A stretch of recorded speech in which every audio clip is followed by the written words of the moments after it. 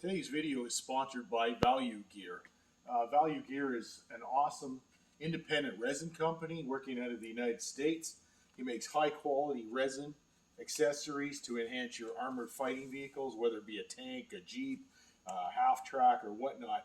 He makes specific sets for specific vehicles, and he makes general sets for application to any vehicle. He also has some revetments and sandbags and different things for dioramas. It's really good quality stuff, and you're supporting a small businessman by buying it. He has scales ranging from 1/72nd, he does 48, he does 35th mostly, and he does 1/16th scale for the bigger vehicles. So we stock the stuff in our store. It is on our website. We like dealing with Steve. We like the quality of his stuff. He's a great guy. We would like you to order it in Canada from us. That would save you some postage. So we're kind of like trying to be a retailer for Value Gear in Canada to give you an option to order within Canada rather than ordering it up from the United States. And we're working with Steve, and we're trying to build a following for this. So by supporting this through us, you're supporting our store and you're supporting Steve's business, which is a really awesome one, which continues to grow with new product all the time. Today's video will be how to use it, how to get the most out of it, and some tips and tricks on how to get the most out of it. So we hope you enjoy the video. And remember, if you're thinking about Value Gear, please consider the Hobby Center as your source for it. Enjoy the video. So I want to welcome everybody to another little talk here at the Hobby Center. Today I'm going to be talking to you about stowage on vehicles. So primarily on military vehicles, as you can see here. Why add stowage to a vehicle? There's a couple of reasons for it. If you want to make your model look kind of dynamic, kind of like that it's out in the field and it's doing something, adding stowage can often give it a sort of a sense that it's out in the field and it's not just sitting on a plinth somewhere in a museum. So, for instance, this vehicle here is a World War II truck which carried supplies, but the truck doesn't come with anything, so an empty truck looks kind of silly. So adding Value Gear to this allowed me to show the truck fully loaded as it would be bringing supplies to the front. So there's a number of different ways of doing stowage. Some kits come with stowage. Depending on the kit, they either look good or they don't look good. That's why I like to use the Value Gear, which is what we're here mostly talking about today. It's very generic, and you can add it to things, and when you add it to it, you don't have to put a lot on, but it sort of gives you a sense of changing the vehicle a little bit to make it your own. So this particular vehicle here is a Tamiya kit, and it's actually not the right version for an Israeli tank, but I wanted to make an Israeli tank out of it. So using some pictures, I made a few changes to it, and I added some stowage to it. And one of the things that I found was a stretcher. All Israeli vehicles have a stretcher on the outside. And by adding that, it lets people know, oh, that's an Israeli vehicle, along with the markings and stuff. And it just changes the vehicle enough that it's your own and that it's what you wanted to make it. So different stowage comes in different ways. You can get specific stowage. So if you look at this vehicle here, you can have stowage, which is, on this case, it's sandbags for the front. This is designed specifically for this kit. So it's just one piece. But on the side here, I've added Value Gear, and I've added it on where it would have been hanging on a regular vehicle. This is easy to find in a lot of, looking in magazines and books and pictures and stuff. It'll show you. So the first one is specific to the vehicle. The other ones you can add on and change depending on what you want to do. On this vehicle here, I've added a little bit of both. You can see that some of the stowage is what came with the vehicle, and the rest of it is Value Gear. And there's a couple of things you can do because of this. the Value Gear stuff is better and newer. This kit is from 1975, so it's an old kit. So the Value Gear sort of spruces it up without having to change a whole lot of things. That's what I did in this kit as well. This is an old kit from 1975. And I looked at a lot of rebuilds on this because apparently it's not very accurate and you can spend a million years changing it. And to me, it looked exactly the same when you were done. So I added a bit of Value Gear into it to change the look of it. The inside of the turret had a huge seam line that I couldn't get at. So all I did was throw in a duffel bag on top of it, covered it up. So it works well for doing that sort of thing. So we're talking primarily about Value Gear here today, and Value Gear, the nice thing about it is it's generic enough that you can use it whenever you want and use it in different places, use it in different things. I've been using it for years, and I have quite a selection of it here that I take, and I do it as I'm building the vehicle, as I'm putting the vehicle together. When the vehicle is in this kind of shape, that's when I start deciding what I'm going to do. And I literally it's more of an artistic thing. You're looking at it and, you know, this works, that doesn't work, this looks good, that doesn't look good. And you just do it until you get it. Initially, I found I was putting a lot too much on, and everything looked like it was a family traveling during the Depression in California. But you don't have to add a lot to change the look of the vehicle. So that's what I do primarily. Is I do it as I'm building the model. I don't add it to the model once the model is finished. So Value Gear makes stowage anywhere from 1/72nd scale right up to 1/16th scale. And I've even a couple of times interchanged the scales. When you want something that's really big on a smaller vehicle, you can move up to one of the higher scales and it still looks good. It still fits and everything, which works well. So I'm going to talk about the cleaning up of the stuff. It is extremely well cast, but when you first get the stuff, often the very bottom of it is got some molding on it, and you can see that occasionally there's a little bit of flash on it as well. Not terrible. So what I typically do is I take a piece of sanding paper, emery paper, and wet it, put it on a flat surface. I have a couple of blocks of marble that I use for this sort of thing. And you just sand the bottom of the piece until it's completely flat.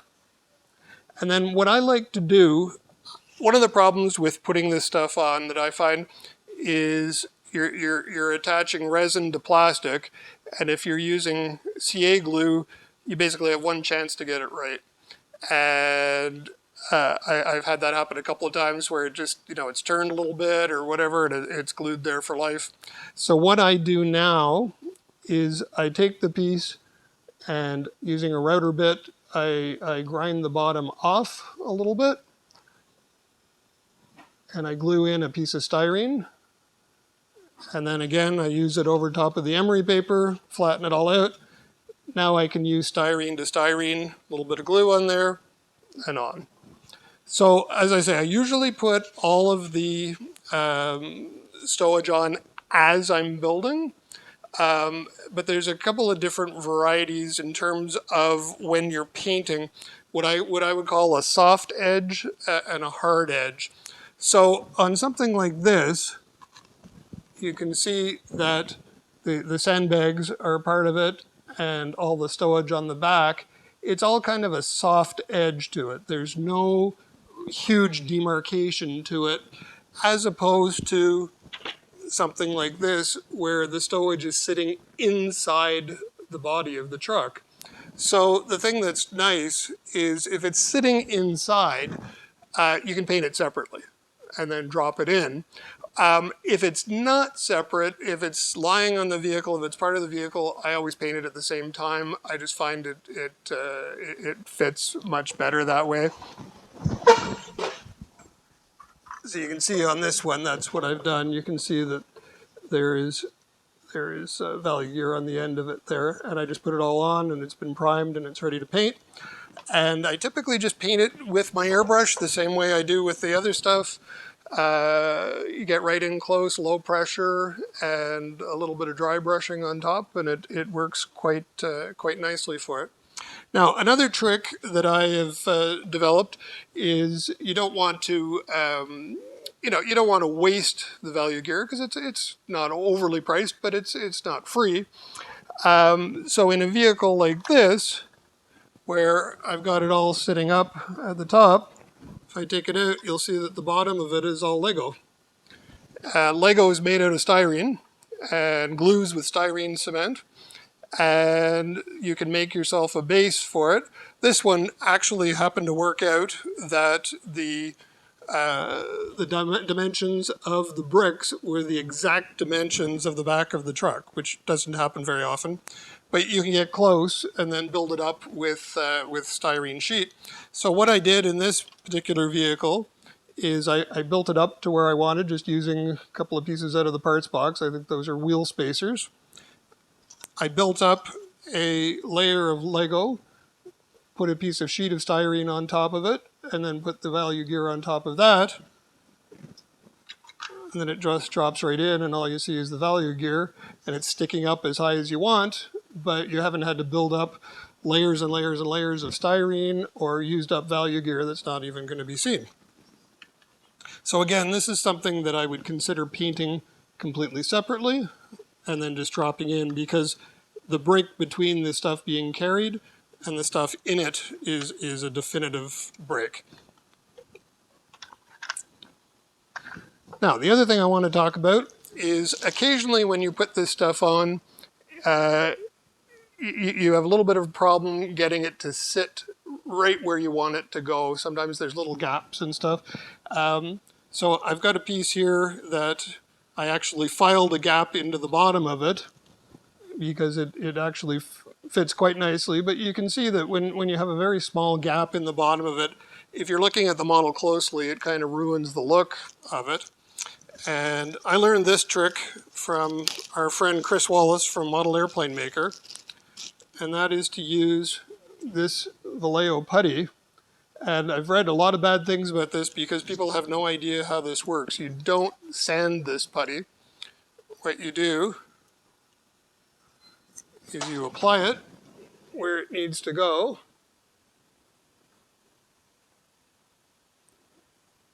Like so. You take out a little Q-tip.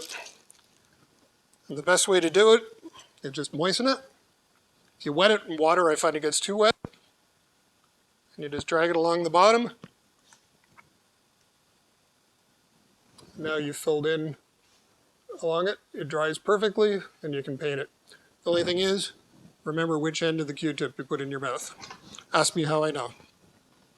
Works very well. I actually learned that because I've started building airplanes under Chris's tutelage. And number one problem I always have with airplanes, you glue the two sides of the fuselage together, you sand the seam, and you lose all the detail. And he said, well, don't sand the seam, just fill the seam, and showed me that. And I found that it works very, very well with the Value Gear as well. Now, when it comes to painting it, as I mentioned a little bit earlier, I paint it strictly with the airbrush and then usually with dry brushing on top. Much the same way that you would build and paint any military kit, just using your washes, doing that sort of thing. On this kit here, I started off, I painted black. I always start after the initial primer, painting it black. That helps fill any shadows. And then all I did was just go over this with lighter and lighter shades of beige with the airbrush, and then a couple of washes. And it turns out quite nicely. You can get different kinds of sets from Value Gear. This one here is a combination of the middle part is all one big piece, and it's a truck stowage piece. And then in front and behind it, I added extra stowage just to fill up the whole truck. So you can design your own, you can use what's there, that sort of thing. Now, one of the things that people talk about with stowage, and you hear the term magnetic stowage, and that's when you see tanks and stuff that have stowage attached, and it looks like it's somehow sticking to the side of the tank when there's really nowhere that it would have been attached. I'm kind of two minds with it, because one of the problems that I see is when people add ropes and tie downs and everything, they're always out of scale. The ropes are the diameter of a figure's arm, and it looks like they're using big ship ropes to hold stuff down. If you do put it down to scale, it looks like thread, and it looks too small. So I typically try to just put stowage where it would normally have been hanging. Like for instance, on this vehicle, there are things that you could attach the stowage to. So it's just attached to it, and I'm saying that the straps on the thing were attaching it. Occasionally you have to add a few little bits, like to this one, I added just some paper to it to add tie downs to it. And it's just regular paper, and if you go over it with a little bit of cement, it thickens it up and dries it out, and it works that way for that. But like I said, I typically don't tie this stuff down just because I don't like the look, but it's entirely up to you. Some people think it looks silly without tying it down. If you're going to tie it down with ropes and stuff, again, you can't just have the ropes wrapped around something. They have, you have to put tie downs down and actually tie it down. Make sure when you're putting your stowage on that you're putting it in places that would be logical. You wouldn't put stowage right on the top of a tank that would inhibit the turret from turning, inhibit the people from seeing, inhibit machine guns from being able to move, and that sort of thing. So always try to be logical where you're putting it. I think that's about it. Any questions? Would you recommend using some kind of face mask or some protection when you're sanding resin? Definitely. When I do this one, I always use it wet, which kind of limits it, but it's a very good question. Whenever you're using resin, the powder size is very small and it's very sharp, and it can get deep into your lungs, and it's worse than plastic. It's worse than a lot of other things. So yeah, you would want to use a mask for sure. You mentioned earlier, sometimes you have your cyanoacrylate, you stick the piece on and it's like boots, and there it is forever. Have you tried the debonder products, and do they work? I have not, to be honest with you. Usually I just grab the piece and snap it off and swear a few times and then clean it up and try to put it back. I've just found that it's so fast to just grind down the bottom of the piece and glue a little chunk of styrene to it that then I can stick it wherever I want, and it works fine. And like in things like this one in particular here, where I use some of the Value Gear to on the vehicle, but also to demonstrate that this is sort of a behind the lines with equipment piled up and stuff. It enabled me when I was gluing it to have it exactly where I wanted it, exactly where it was going to go. And sometimes the stowage can be different than pack sacks and stuff like that. On this one here, I was missing some pieces for the gun, so I just added a tarp over the top of it, and I added a jacket to the side of it, and I get more comments about that jacket. It was just a piece that was available in a Dragon kit maybe many years ago, but every time people look at this, they say, "Oh, that's really cool. How did you make the jacket?" I didn't make it. Yes, sir. How does the quality and the detail and the Value Gear compare to, say, old school methods of making like a bedroll out of tissue paper? I think it's better. I've tried doing that, and I always find my results aren't consistent. So I'll make three, and one's great, and one's not so great, and the other one's terrible. These ones I always find are top drawer. Like, to me, it's not worth making your own. If you have a good enough collection, you can find exactly what you want. You know, and I'll often, you know, I'll have a little fender piece that's this big, and I need a piece on it, and I just keep trying it. Oh, that one's too big. That one's too small. Oh, that one's perfect size for it. And yeah, since I've been using this, I rarely make my own stowage anymore. The only time that I do is if you had a tank with a rack on the back of it, where you want the stowage in there. What I will do is I will make bed rolls and stuff out of putty. I will put them in, and then I will put the Value Gear on top of it and push it into it so that it looks like it's all packed in. Because when you have stuff that's pre-made, it doesn't stick together if you were throwing it into a bin. And that works quite well. I have an Israeli tank that I did that with the big on the back. I just made a bunch of bed rolls, stuck a bunch of stuff in the top back, and it turned out quite nice. Yes, sir. I noticed a number of your guns have coverings on them. Why is that, and how do you do it? Those are just literally with paper. This one here is actually a resin replacement piece. I think it's from Panzerart. But the other ones that I've done, it's just doing it with tissue paper and a little bit of glue and drying it off and then painting it. A lot of you don't see it very much, but with most guns, especially during World War II, when they were moving them around, they would cover up the breech and they would cover up the end of the barrel just to keep all the crap out. Yes, sir. As far as the range of Value Gear goes, you mentioned that there's a variety of scales, 72nd, I guess 48th, 35th, and 116th. Do they offer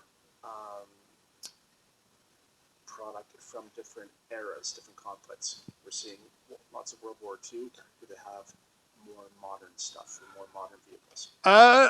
It's primarily World War II, but it is divided up. You can buy stuff that is German, you can buy stuff that's US, and it usually has, you know, like a helmet in it or something like that. I tend to be the other way around. I like the fact that it's so generic that you can add stuff in and it all looks like stowage. You know, maybe it was designed as being Russian or designed as being German, but it still fits for that. I know that I know that he's constantly increasing the output and increasing what he's doing.